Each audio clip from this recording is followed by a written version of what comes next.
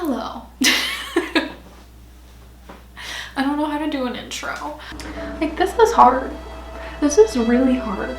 Talking to a camera alone in a room that's echoey. Like, every time I do my makeup, I always have music playing or a video playing or something like that. I'm just alone with my own voice and feeling very uncomfortable because I have neighbors next to me on either side, and I know they can probably hear me, and that's how that makes me feel. Hi, my name is Alexis. This is kind of my first YouTube video. I've made YouTube videos in the past. I feel like everyone's kind of done that before, to where they made YouTube videos when they were in middle school, weird ones. So really, I've been on YouTube before, but those videos are long gone. Unfortunately, I really wish I had those somewhere, but here I am. I am making my comeback since middle school.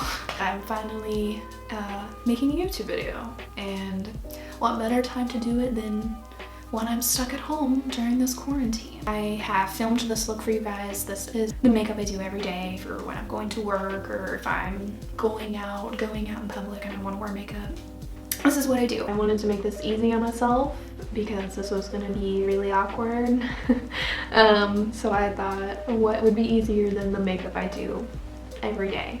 So even though this is my first video, I didn't really talk a lot, keep in mind, about myself personally. It was more about the products and what I do every day, because I do a lot of my everyday makeup and there was a lot to say, and in order to not make the video too long, I couldn't really talk about myself personally too much. So that'll come another day.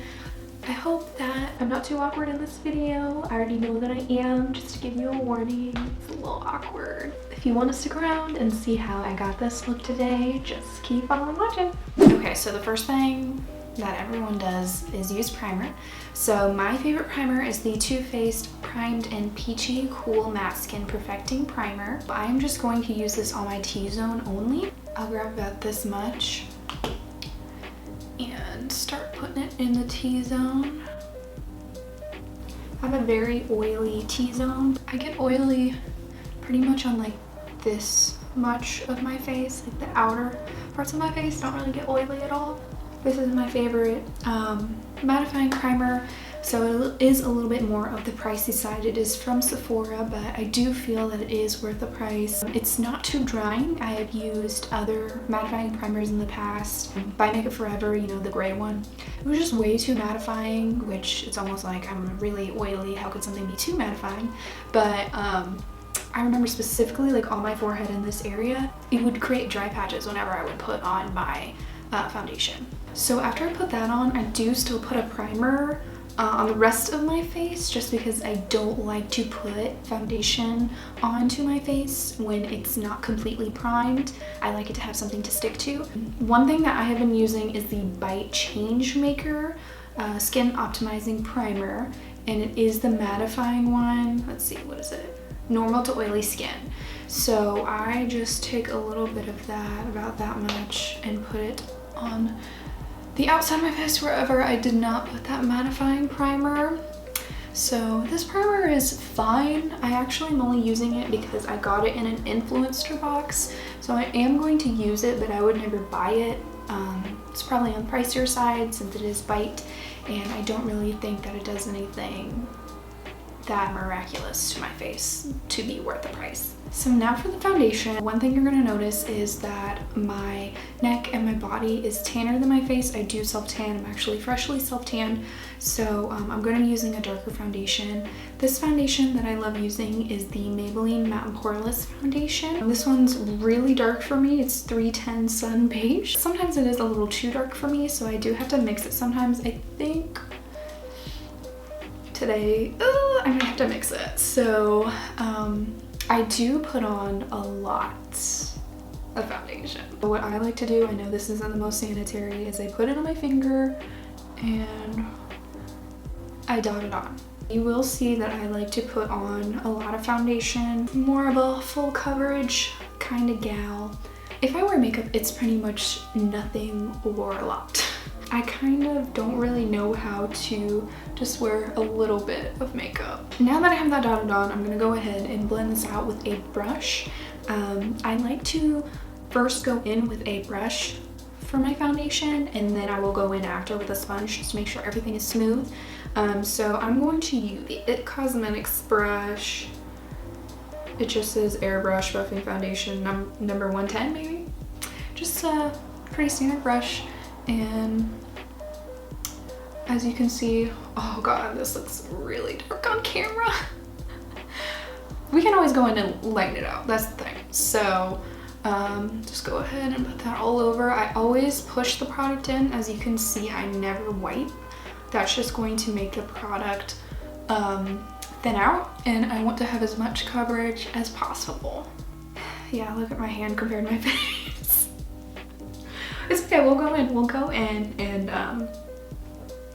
line that up. So I really do like this Maybelline foundation. This is actually really old foundation that I've had sitting around. So I bought this years ago and it was too dark for me, so I kind of stopped using it, and then I would start using it just for my makeup page days because I was like, I'm not going anywhere, so it doesn't matter if my foundation doesn't match. But lately I've been using it and I really do like it. I like the coverage, I like the price tag of it, and it works pretty well with my oily skin. I use the matte and poreless one specifically. There's other ones to tailor towards more normal skin, more combo skin, or drier skin. So I really do like this. I forgot to wet my beauty blender, so we're back. Alright, so I'm back. I got my beauty blender wet. So I'm going to go in with a lighter foundation to make me not as Oompa Loompa-y. So I'm going to use this Bite Changemaker foundation. This is a newer foundation. I actually wear this every day when I'm not wearing my Maybelline one. I will wear this one. One thing about the Bite foundation, it's like the perfect in-between of a matte and satin finish. It's something different for me because I always use really matte foundations. So I really like it. I never usually spend the money on higher end foundations or higher end makeup in general, so I'm not sure if I'll make that plunge to buy it when I run out, but I can tell you that it's one of the first foundations I've ever thought about actually buying that's worth the price. We're already starting to look a little more even. I'm using this Sonia Kashuk beauty blender. I actually just recently started using it. I wanted to give this one a shot. I had heard some things about it and I wanted to see how it works. So it is very big, as you can tell, but I don't really like it very much. I'm using it because I have it, but I would never buy this again. It's just really hard, and I do like my blenders to be a little bit hard. I don't want it to be too soft to where it's just very squishy and just soaking everything up, but it's just a little too hard, and I'd rather just use the Real Technique one. Alright, so now we look like a raccoon because I have these super light eyes and this super dark face. We are going to go in with my favorite concealer. It's by Milani. It is the Conceal and Perfect Concealer. If you guys watch my tutorials, like my mini tutorials on my makeup page, you will see that I use this in every single tutorial. I was such a huge fan of the Tarte Shape Tape concealer, which I actually do have sitting next to me, and I do use it in my tutorials sometimes, but it's kind of a thing where I'm just using it because I have it, but I will not repurchase it. I used to be very diehard for the Tarte Shape Tape. When I was in college, I would spend the money on that and that only. Everything else was drugstore, and eventually I had to stop because I couldn't really afford it anymore. So a couple months ago I repurchased it again. I was in Ulta just looking around, you know how that goes, and I decided to give it another try. After using this Milani concealer, I cannot go back to the Tarte Shape Tape because this Milani concealer is very full coverage and it's not too drying like the Tarte Shape Tape is known to be. So I'm gonna go ahead and start putting this on. So go ahead and put it on in your normal areas. You know how this goes. So depending on how I'm feeling, I normally will go ahead and blend it out with the beauty blender because I'm lazy, but sometimes I will use a brush. If I do use a brush, I use this Morphe E46 brush. I really do like using this brush because I like to keep the coverage as much as possible. So using a brush makes you able to keep that coverage, but honestly, I'm normally just too lazy in the morning and I will just use the beauty blender, which I'm gonna use right now. Alright, for powder for setting the under eyes and my eyelids, I'm gonna go ahead and go in with this Maybelline Fit Me number 10 powder. I'm gonna do that very quickly. Do the same for the eyelids. I kind of just keep it on the lid only because I haven't done my brows yet. So I don't want the powder to disturb what I'm going to do with my eyebrows. This powder I really do love. I've been using it for a while now. I can't even remember what powder I used to use before this.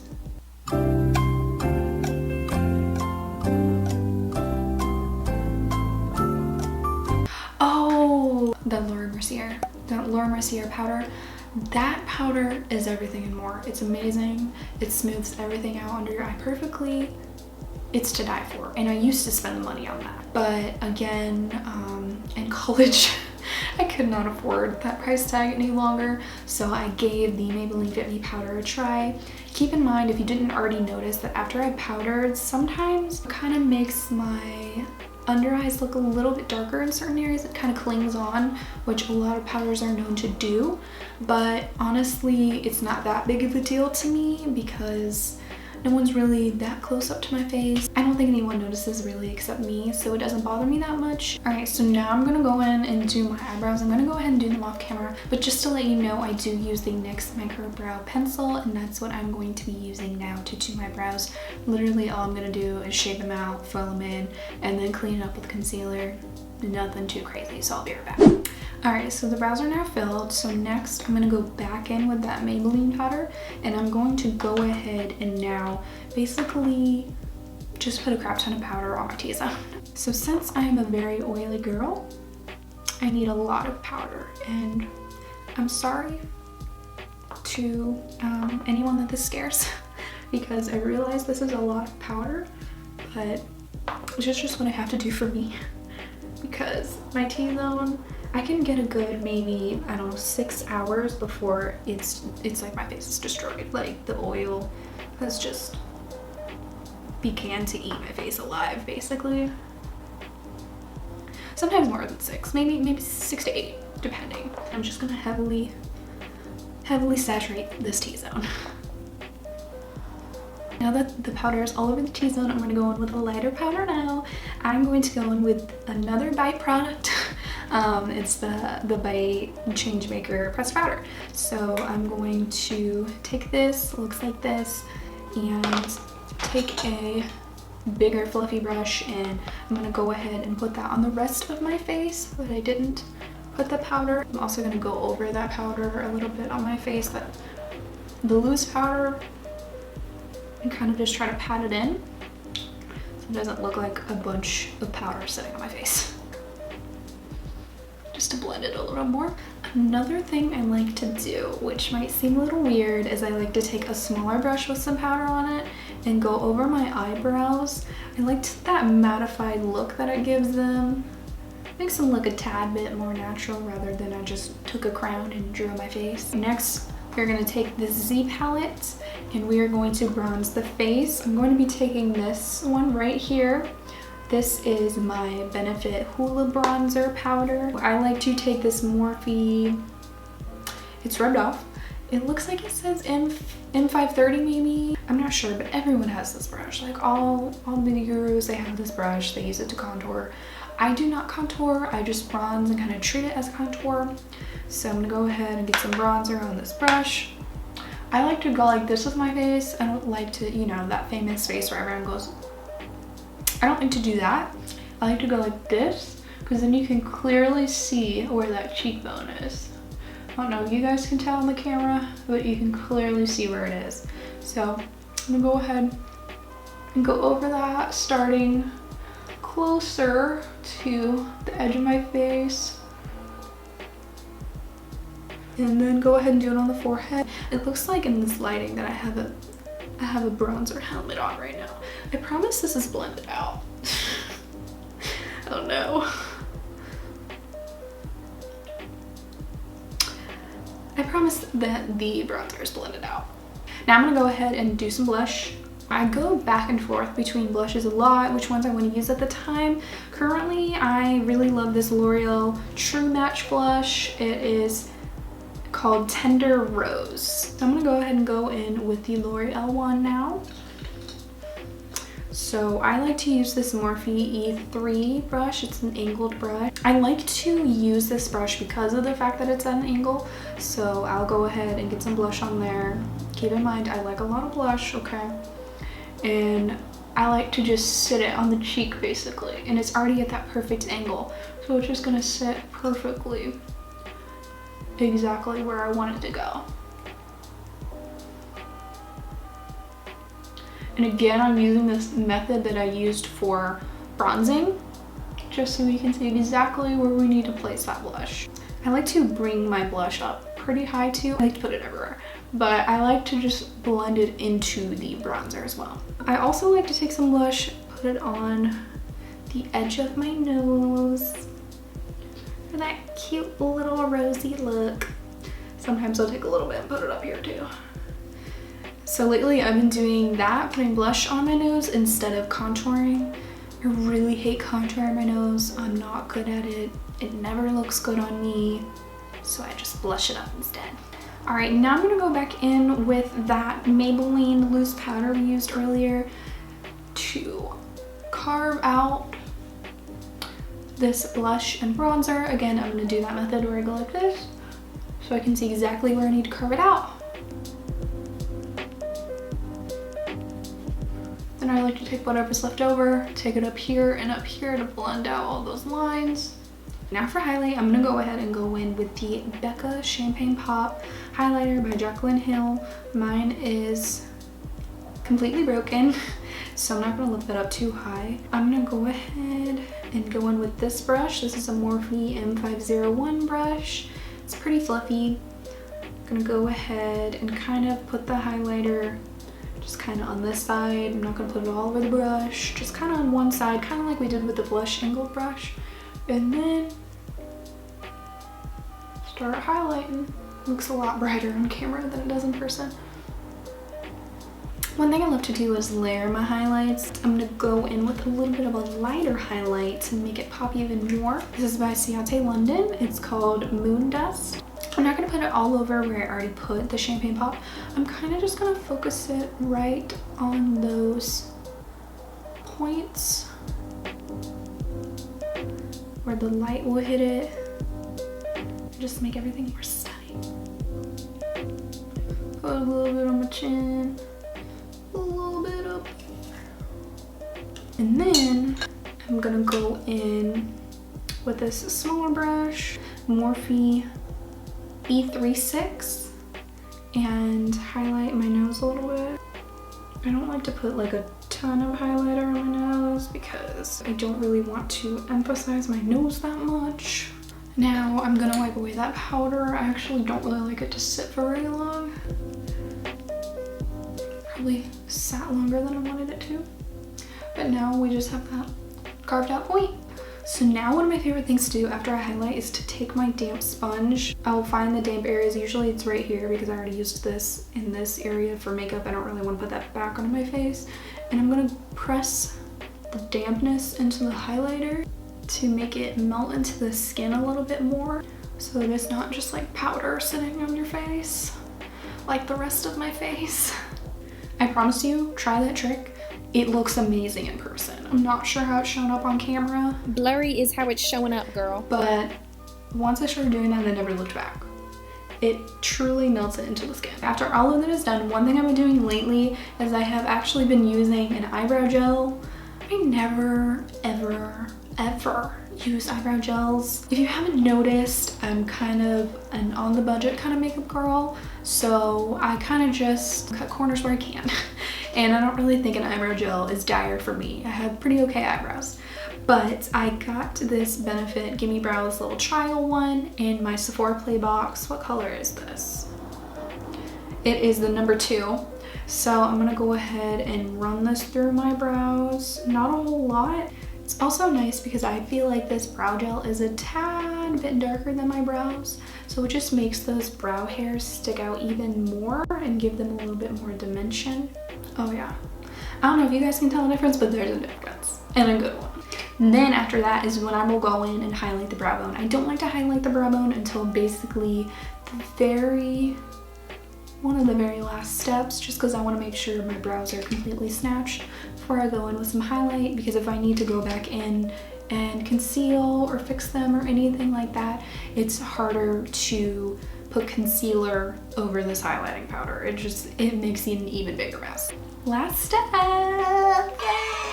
The mascara I have been really loving lately is this Urban Decay Perversion mascara.